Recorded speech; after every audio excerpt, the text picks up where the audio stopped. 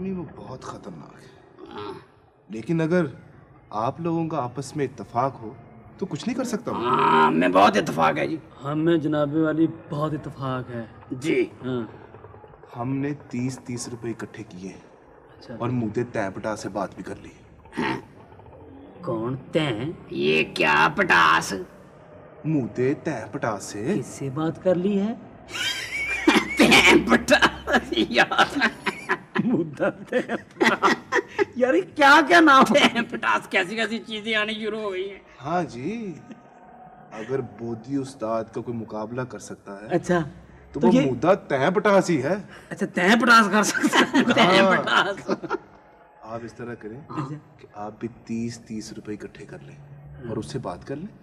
नहीं, मैं ले चलूंगा आपको उसके पास। मेरी बात सुने जी, हमें 30-30 रुपए इकट्ठे करने की कोई जरूरत नहीं है, हैं?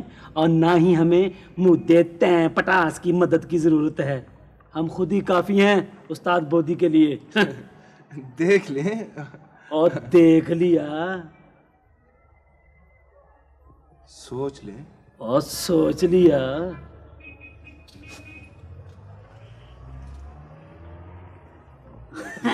ले पटास पटास 30-30 रुपए इसको दे दो। हम इत्तेफाक है हमें।